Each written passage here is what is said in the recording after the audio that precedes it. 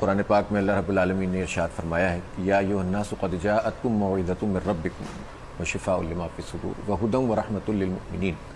قل بفضل اللہ وبرحمتہ فبذلک فلیفرحوا ھو خیر مما یجمعون۔ کہ انسانوں، تمہارے لیے در حقیقت ایک بہترین واعظ اور نصیحت آ گئی ہے تمہارے رب کی طرف سے،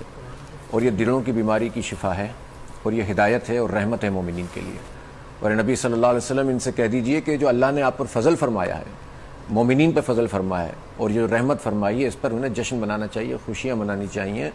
جتنی چیزیں تم دنیا میں جمع کرتے ہو یا یہ لوگ کرتے ہیں، ان سب سے بہتر یہ قرآن پاک ہے۔ تو قرآن پاک تو اللہ رب العالمین کی یہ کتاب نہیں ہے اس طرح کی، یہ کلام ہے،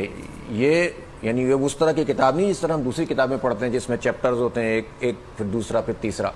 یہ تو اللہ تعالیٰ کا خطاب ہے بندے کے ساتھ، اور اس کا موضوع انسان بالکل درست، اور اس میں ہدایت کا رستہ ہے، اور اس میں ظاہر بنیادی باتیں ہیں، علماء کرام یہاں موجود ہیں، اس میں عقائد ہیں، جس میں اعمال ہیں، اس میں ایام اللہ ہیں،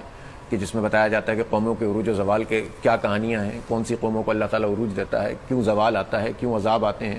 کیوں لوگوں کی پکڑ ہوتی ہے، وہ کون سے کام ہیں جو انفرادی دائرے میں کرنے کے ہیں، وہ کون سے ہیں جو خاندان میں کرنے کے، وہ کون سے ہیں جو پورے نظام کی صورت میں اور ریاست کی صورت میں۔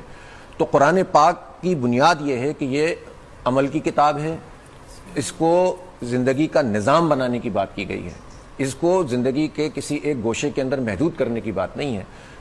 قرآن اور سلطان جڑواں بھائی حدیث میں آتا ہے، سلطان اگر قرآن کے بغیر ہے تو سلطانی نہیں ہوگی، معاملہ نہیں بنے گا، اور قرآن اقتدار کے بغیر ہے تو پھر اس کا مطلب ہے کہ اس وقت تک وہ جو ہے اس کے تمام تر چیزوں کے اوپر عمل نہیں کیا جا سکتا جب تک اس کو اقتدار حاصل نہ ہو۔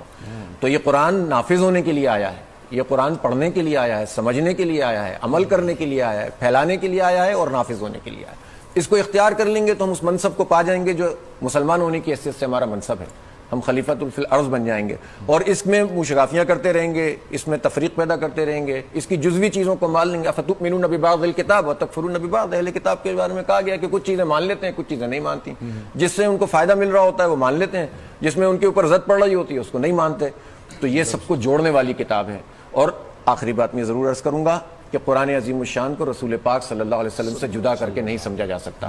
آپ صلی اللہ علیہ وسلم کی شان کو سمجھنا ہو تو قرآن پڑھنا پڑے گا، اور قرآن کو سمجھنا ہو تو رسول پاک صلی اللہ علیہ وسلم کی سیرت کا، آپ کی جد و جہد کا، آپ کے مشن کا، اور آپ کے 23 سال کی زبردست قسم کی تحریک کا مطالعہ کرنا پڑے گا، تب پتہ چلے گا کہ قرآن کیا ہے۔ سبحان اللہ، بڑی خوبصورت۔